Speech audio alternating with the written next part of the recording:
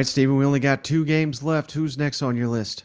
Florida State and LSU. Man, I'm fired up for this one on Sunday night. I have no idea what to expect out of LSU coming into this year. I think that they will get better over the course of the season, but new offensive line, new quarterback, depending on whether it's Jaden Daniels or Garrett Nussmeier. There's just a lot of unknown for me for LSU. I think if you watch Florida State in week one, I think they're getting better. They were 5-3 in their last 8 games last season. So I think they're getting better under Mike Norvell. They look great, beating Duquesne. Of course, it was Duquesne. I don't think we can read too much into that. But I do think you're seeing what Mike Norvell wants to do at Florida State. Their offensive line, receiving core, they've added talent through the portal. And Jordan Travis, when he starts, Florida State is a different offense. The 4 games that he didn't start last year, they just averaged 17 points. In the 8 that he did, they averaged over 30. So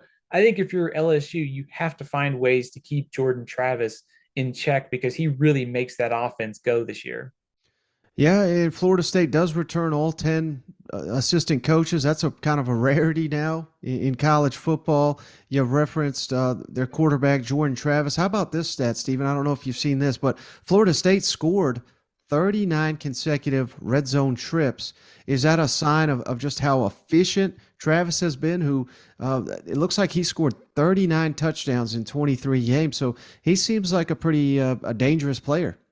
He is. Yeah, he can hurt teams on the ground and through the air. I think, on the red zone, I think it's two things. I think it's number one, Travis can hurt you with his mobility, but also I think Mike Norvell and that staff, they do a really nice job of game planning from week to week. And I think that was one of the things, last year and even in 2020 when watching Florida State, you could see early on in games, you saw what they wanted to do, but it's almost like they just didn't have the personnel. You could see that early on they would scheme and they would have success, but as the game went on, I think as personnel caught up, they just weren't able to, they didn't look like those Florida State teams that we're used to seeing of the past. So I think one matchup to watch if I'm LSU is that defensive line of LSU against Florida State's offensive line.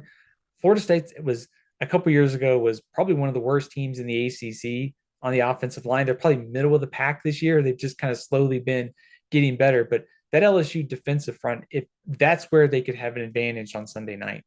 Yeah, I'm glad you said that, Stephen, because I was going to ask you that looks like one of the maybe the one of the best individual position group battles of the weekend. Florida State offensive line, LSU defensive line. But let me ask you this: is Florida? We know they're kind of a machine rushing the ball, but is Florida State any threat to pass on LSU, given that LSU's got a new look secondary? I think so. And I think one of the reasons why I like this Florida State team this year is their additions through the portal. They added Micah Pittman, who was at Oregon. They added Johnny Wilson, who was at Arizona State. They've done a nice job of adding players to a receiver. And one of the reasons why is they really wanted to find players who can win one-on-one battles. That was an emphasis for this offense. So they've added playmakers who can do that this year. We've only seen him once against Duquesne, and it's really hard to know what that means. But I do think keeping an eye on the injury report for Florida State is huge because Johnny Wilson, who was one of the players we just mentioned, he was banged up on Saturday. They have some injuries along the offensive line, two places where they really can't afford him. So I think to answer your question, I think Travis has improved a lot the last two years as a passer at Florida State. And with these new weapons, if they're as good as Florida State thinks, then yeah, I think they could put some stress on that secondary of LSU. Now, I don't know if you saw this, Stephen, but Brian Kelly said one of the weirdest damn things I ever heard. But just because it was weird doesn't mean it's wrong. Is it But weirder than the family quote? yeah. Yes, last Tuesday, you said the competition between Jaden Daniels and Garrett Nussmeier was really close. You possibly will come to a decision by the end of the week and maybe Monday. Yes. Do you have an update on the quarterback battle? Yeah, we have. We've made a decision, but I'm not going to announce it publicly. And again, this is for the certainly. I think everybody here wants to know who the quarterback is. I get that, but I think it's a tactical advantage for us not to announce it. So I'm going to hold that announcement because I think it gives us a tactical advantage for not playing. Look, Florida State played a game. That's an advantage for them. having the opportunity to play. The advantage for us is that we haven't played. And so it doesn't help us to give up any of our cards in that sense. So we're going to hold on to that card until game day.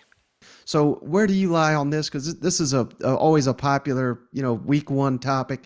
Who do you think is more of an advantage there? The team that took the field, even though they were playing a cupcake, or the team that you know nothing about heading into this matchup? Man, that's a great question.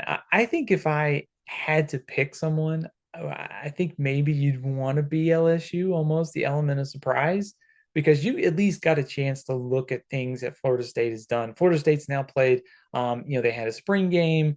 Then they had the week 0 game. Like, you've had a couple opportunities to at least get a better view of what they're trying to do and at least see their personnel and see some of their strengths. So I think you could argue, I think, evenly both ways. I think if you're Florida State, you knocked off the rust. I think if you're LSU, the element of surprise with the new coach is something that you could take advantage of too. And last thing on this one, Stephen, obviously they haven't named a quarterback. They don't plan to do it till game time.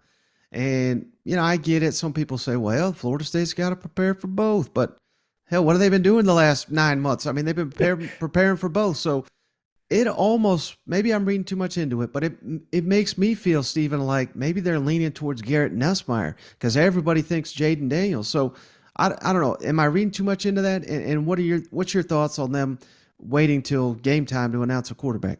Yeah, I think it kind of goes to what we were talking about, like just trying to keep the mystery up and keep Florida State guessing. Maybe you make them spend 2 extra hours, planning for quarterbacks as opposed to like red zone or special teams or just trying to throw as much stuff on the wall as you can if you're LSU. I kind of wondered, to your point about Nussmeier and Daniels, like, it seems like Nussmeier's had a really strong, fall to kind of push this, battle to keep going with Daniels.